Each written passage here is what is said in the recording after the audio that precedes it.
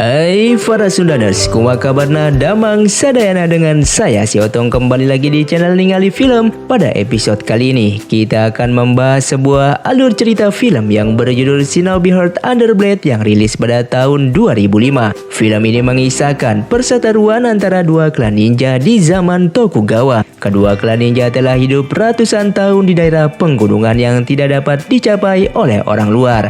Sehingga Tokugawa merasa kedua klan ninja tersebut dapat menimbulkan ancaman serius di masa depan. Maka dari itu, Tokugawa memutuskan untuk memusnahkan kedua klan ninja tersebut dengan menggunakan perseteruan yang telah tertanam ratusan tahun di dalam kedua klan itu. Untuk teman-teman yang suka dengan konten di channel ini, jangan lupa subscribe dan nyalakan lonceng notifikasinya. Dengan begitu, kalian tidak akan ketinggalan dengan video terbaru di channel ini. Dan tidak usah berlama-lama lagi, mari kita mulai ceritanya.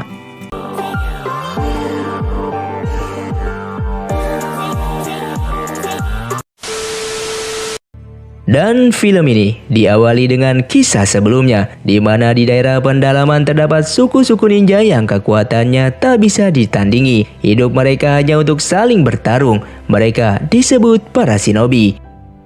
Selanjutnya di tepi sungai, ada seorang pemuda yang bernama Genosuke. Dia adalah seorang shinobi, anak pemimpin tertinggi dari klan Ninja Koga. Sementara itu, tidak jauh dari Genosuke, ada seorang gadis. Dia adalah Oboro, seorang shinobi, cucu dari pemimpin tertinggi dari klan Ninja Iga. Dan mereka menjalin hubungan percintaan yang mana sangat bertentangan dengan tradisi mereka. Saat itu, Genosuke menginginkan adanya ikatan perdamaian di antara kedua klan tersebut dengan melalui ikatan pernikahan. Selanjutnya scene pun beralih ke Sumpu, istana pemerintahan Tokugawa. Saat itu para pembesar kerajaan sangat mengkhawatirkan keadaan kerajaan itu, di mana suku Koga dan suku Iga yang sudah dalam keadaan perjanjian damai itu tidak saling serang, akan dimanfaatkan oleh musuh-musuh mereka untuk melakukan pemberontakan. Suku-suku tersebut sangat ditakuti oleh pemerintahan Tokugawa karena suku-suku tersebut sudah ratusan tahun melatih para shinobinya, di mana para shinobinya sudah memiliki ilmu ninja yang cukup tinggi. Sehingga di hari berikutnya, kedua pemimpin klan suku tersebut diundang ke istana Sumpu. Mereka diminta untuk menunjukkan kemampuan para shinobi terbaiknya. Kemudian, shinobi dari klan Ninja Koga yang pertama kali tampil melawan para prajurit kerajaan, dan shinobi itu pun berhasil menumbangkan para prajurit kerajaan itu.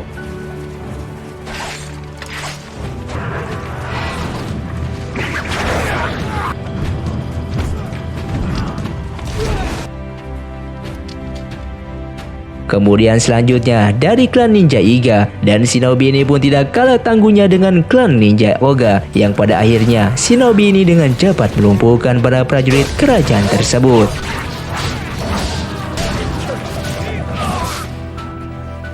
Kemudian dengan melihat kemampuan shinobi dari para klan itu, para pembesar kerajaan mulai merencanakan tindakan yang sangat licik. Mereka segera mencabut larangan perang antara kedua suku ninja itu. Lalu mereka memulai mengadu domba dengan mewajibkan pertarungan 5 ninja terbaik dari masing-masing klannya. Sehingga shinobi dari kedua klan itu pun harus ada yang menjadi pemenangnya dan segera menuju ke istana Sumpu.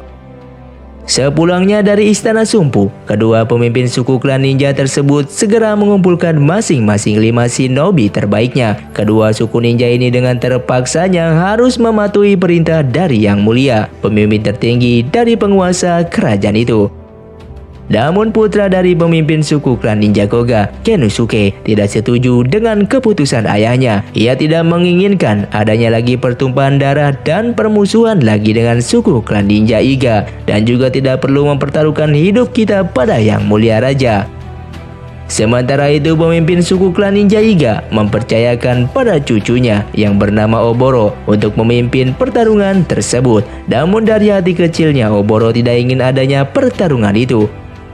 Seiring dengan pencabutan larangan perang dari kedua klan itu, maka kedua pemimpin klan ninja itu mulai bertarung dan keduanya pun telah tewas.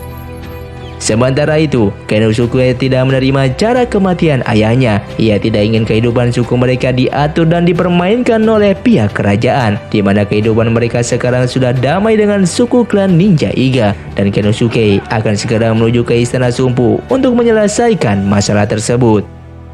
Namun para rekannya berkata lain, karena selama ini mereka berlatih ilmu ninja memang tujuannya untuk bertarung, sehingga mereka harus bertarung dengan para ninja klan Iga. Begitu juga sebaliknya, di kediaman suku Iga, mereka melepaskan kepergian jasa pemimpin mereka. Namun di saat itu juga, mereka menerima surat dari Genosuke bahwa Genosuke dan keempat rekannya akan segera menuju Istana Sumpu. Selanjutnya, Oboro pun sebagai pemimpin baru suku Iga tersebut memerintahkan untuk segera menyusul mereka menuju Istana Sumpu. Dan lokasi Istana Sumpu sangatlah jauh dan menyulitkan, sehingga itulah dikatakan bahwa kedua suku klan ninja ini hidup di daerah yang sangat terpencil dan tidak terkontaminasi dengan dunia luar. Selama ratusan tahun, mereka jalani rutinitas hidup mereka dengan terus meningkatkan ilmu tarung shinobinya. Selanjutnya, tidak lama setelah itu, tiba-tiba kelompoknya ninja klan Koga diserang oleh dua shinobi dari klan Ninja Iga, sehingga si Koshiro dari klan Koga menghadapi si Asamaru dari klan Ninja Iga. Sementara itu, di sisi yang berbeda pertarungan pun terus berlanjut. Mereka adalah si Nenki dari klan Iga dan si Saemon dari klan Koga. Namun saat itu juga muncullah si Kageru, penebar beracun dari klan Ninja Koga. Saat itu Nenki terperdaya oleh penampilan Kageru, dan di saat itulah Kageru menghabisi si Nenki. Dan Genosuke berusaha mengalami Hyoma untuk tidak melanjutkan pertarungan itu. Namun itu sia-sia saja. Pertarungannya Asamaru dan Koshiro masih terus berlanjut. Mereka saling mengeluarkan ilmu shinobi tingkat tingginya, sehingga Koshiro pun terlempar cukup jauh. Namun Koshiro masih bisa bertahan, sehingga ia pun terselamatkan. Dan di saat itu juga rekannya Koshiro, Saemon, muncul dan menghabisi Asamaru dan menggantikan wajahnya dengan wajahnya si Asamaru.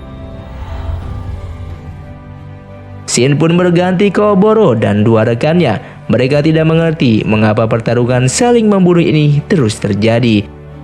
Selang beberapa saat kemudian, Tenzin tiba-tiba mendapatkan serangan dari Hyoma. Namun justru Hyoma lah yang tumbang akibat serangan balik dari Tenzin. Tenzin tidak bisa tewas oleh serangan senjata tajamnya yang memiliki ilmu shinobi penyembuh luka. Kemudian para shinobi itu memasuki wilayah Atsumi, salah satu desa yang menuju Istana Sumpu. Namun di saat itu juga Oboro dan dua rekannya mendapatkan serangan dari Koshiro. Dan di saat itu juga Hotorobi mendapatkan serangan dari Saemon yang telah menyamar menjadi Yosamaru. Akan tetapi Saemon juga tumbang oleh Tenzin. Dan begitu juga Hotorobi, ia pun tewas akibat serangan dari Koshiro. Sekarang Oboro berbeda misinya, yang awalnya tidak ingin terlibat pertarungan shinobi dengan klan Koga. Kini ia merasa terpukul dengan kehilangan rekan sejatinya itu, karena Hotorobi telah mengorbankan nyawanya demi menjaga Oboro. Dan segera ia pun ingin membunuh Koshiro. Selanjutnya, kini Koshiro pun tumbang di tangan Oboro dengan ilmu tatapan penghancurnya. Di saat itu, Koshiro tetap bangga walaupun ia akan tewas, dikarenakan ia membunuh kewajibannya sebagai seorang shinobi yang memang dibesarkan dan dididik hanya untuk bertarung. Sementara itu di sisi yang berbeda, Genosuke dan Kageru pun melanjutkan perjalanan mereka. Mereka menuju ke arah kuil, di mana di tempat tersebut telah menunggu si Tanzen, shinobi pilihan dari klan Ninja Iga. Tanzen salah satu shinobi tertua. Ia sudah berusia lebih dari 300 tahun. Ia tidak bisa tewas oleh sabetan senjata tajam manapun. Sesampainya di kuil tersebut, Genosuke tidak ingin adanya pertarungan karena ia akan menuju Istana Sumpu. Kemudian Tanzen menceritakan segalanya tentang rencana kerajaan, bahwa kerajaan akan menghapus desa-desa ninja terpencil, dikarenakan di zaman yang sudah damai ini tidak perlu adanya shinobi-shinobi yang tangguh seperti mereka. Dulu mereka para semua shinobi dibutuhkan oleh pihak kerajaan untuk membantu mereka mencapai terbentuknya kerajaan yang utuh dan kuat. Namun karena zaman sudah berubah sehingga mereka tidak dibutuhkan lagi. Lalu dengan cepat Tanzen pun mengakhiri hidupnya. Namun Tanzen masih bisa hidup kembali karena Tanzen memiliki ilmu shinobi yang tidak bisa tewas oleh kibasan senjata tajam. Di saat itu juga, Kagerushi penebar racun dari klan ninja Koga mencoba menyerang Tanzen. Namun justru sebaliknya, Kageru lah yang dilumpuhkan oleh Tanzen. Dan dikarenakan Tanzen juga ingin hilang dari dunia yang tidak bisa membutuhkan diri mereka lagi, sehingga ia meminta Kageru untuk segera membunuh dirinya dengan ilmu penebar racunnya, sehingga dua shinobi pilihan tersebut tewas seketika. Kemudian Genosuke pun merasakan kehilangan akan rekan-rekannya yang selama ini telah berjuang sama-sama membangun klan shinobi mereka. Di saat itu juga, tiba-tiba ia diserang oleh sekelompok ninja pihak kerajaan.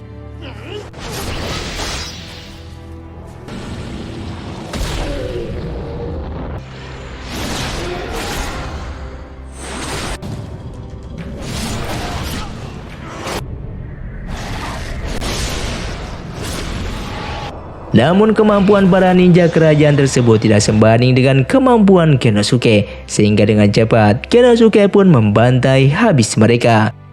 Dan selanjutnya Genosuke pun melanjutkan perjalanan menuju ke Istana Sumpu.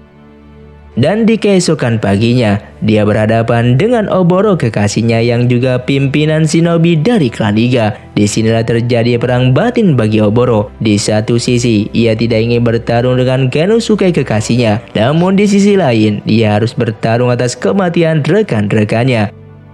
Namun Genosuke tetap pada pendiriannya. Ia tidak ingin bertarung apalagi untuk menyerang Oboro, sehingga tidak ada pilihan lagi bagi Genosuke. Ia meminta Oboro untuk menyerang dirinya. Namun Oboro tidak bisa memaksimalkan jutsu keahliannya. Jutsu tatapan penghancurnya tidak bisa ia gunakan karena ia masih mencintai Genosuke. Namun Genosuke meminta Oboro untuk segera menyerang dirinya. Dengan perasaan sedih, Oboro pun menyerang Genosuke. Namun Genosuke juga tidak bisa menghindar karena ia masih memiliki rasa cintanya pada Oboro, sehingga jutsunya pun tidak berfungsi sama sekali. Genosuke merasa bahagia karena bisa bertemu dengan Oboro untuk terakhir kalinya. Lalu Genosuke meminta pada Oboro untuk menjaga kedua suku klan ninja tersebut untuk bisa hidup dalam keadaan damai. Kemudian Oboro pun telah sampai di Istana Sumpu sesuai dengan waktu yang telah ditentukan. Namun ia dihadang oleh pasukan bersenjata api pihak kerajaan karena memang pihak kerajaan akan menghabisi seluruh shinobi tangguh dengan cara mereka. Sementara itu di sisi lain, para pasukan kerajaan telah menghancurkan kedua desa klan ninja tersebut.